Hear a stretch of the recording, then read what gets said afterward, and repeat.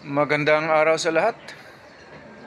The Fraternal Order of Eagles, Limbas Law Corner is back to once again render service in the field of law for our countrymen, or ang aming pagbabahagi ng kaunting kaalaman sa larangan ng batas para sa kaalaman ng ating sambayanang Pilipino. Brought to you by the Limbas Marangal Eagles Club of the Eastern Rizal Region 2 sa pamamagitan ng inyong lingkod na isa na mga abogado at isang propesor sa maraming law school sa ating bansa. The topic ay tungkol sa tinatawag na mitigating circumstances o yung pagbawas ng sentensya sa isang akusado. The specific topic is that one is charged and presently detained for the crime of what? Parricide. Parricide ang tawag ng krimen.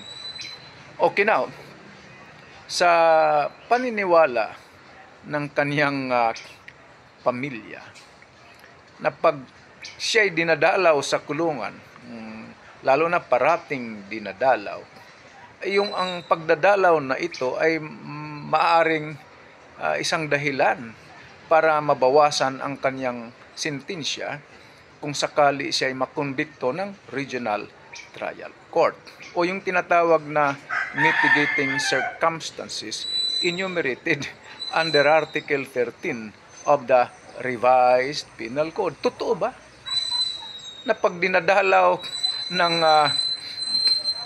pamilya itong taong nakakulong sa demandang parricide, totoo ba na mabawasan ang kanyang sentensya? Ang sagot ng Article 13 of the Revised Penal Code ay malaking hindi. No, walang ganong circumstances. Wala. Siguro yung pamilya naniwala sa mga sinasabi ng kung sino-sinong sino-sinong mga tao sa mundong ibabaw na ito, na pag nagsalita ay parang very convincing magsalita, daig talo pang abogado.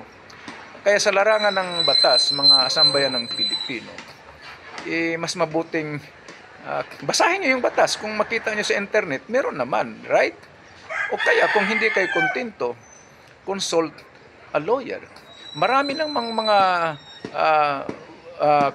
mga nasa media, mga diskusyon ng maraming lawyer sa larangan ng batas, at kasama itong Limbas Marangal Eagles Club of the Eastern Rizal Region 2. Sana nakatulong muli kami ng kaunting kaalaman para sa ating sambayan ng Pilipino. Ulitin ko, yung parating pagdadalaw ng pamilya ng nakakulong ay hindi ito nakakabawas ng sentensya na maaring ipatao ng Regional Trial Court, o sa English, ito'y hindi mitigating circumstances under Article 13 of the Revised Penal Code. Maraming salamat at magandang araw sa atin, sa inyong lahat, sa ating lahat. Salamat.